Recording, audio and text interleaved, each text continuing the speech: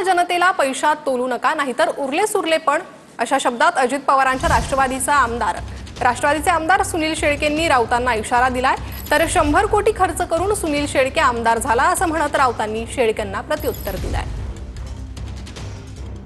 राज्यसभेची निवडणूक होती 2022 जून मध्ये।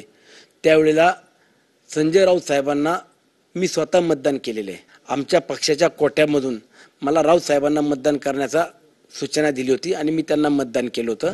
मग त्यांनी काय मला पैसे देऊन मतदान करायला दिलं का? त्यांनी का मी मतदान केले त्याचे मला पैसे आणून दिले का? त्यामुळे राऊत साहेबांनी अशा गोष्टी आज अशा प्रसंगात तरी काढायला नको आहेत आणि माझ्या मावळच्या जनतेला पैशामध्ये तोलू नका, नाहीतर माहिती काय नाहीतर उरले सुरले सगळे मी उद्धव साहेबांचा आदर करणारा कार्यकर्ता आहे। त्यामुळे राऊत साहेबाला मला असं वाटतं की या विषयात जास्त महत्त्व देऊ नये। सोड रे, कोण तू कोण? 100 कोटी रुपये खर्च करून आलेला आमदार आहेस। मावळच्या जनतेला विकत घेऊन तो आमदार झालाय, आम्हाला माहित नाही काय? हे असे आम्हाला धमक्या देऊ नका। गेलात ना अजित पवार बरोबर, शरद पवारांच्या पक्षातून निवडून आलात, अजित पवारांबरोबर गेलात, ठीक आहे? हे अशा धमक्या द्यायच्या नाहीत।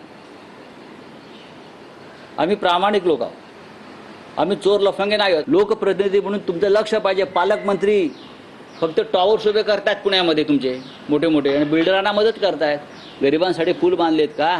हे आम्हाला अशा धमक्या बिमक्या देऊ नका म्हणावं, ठीक आहे? आज सत्ता आहे तुमची,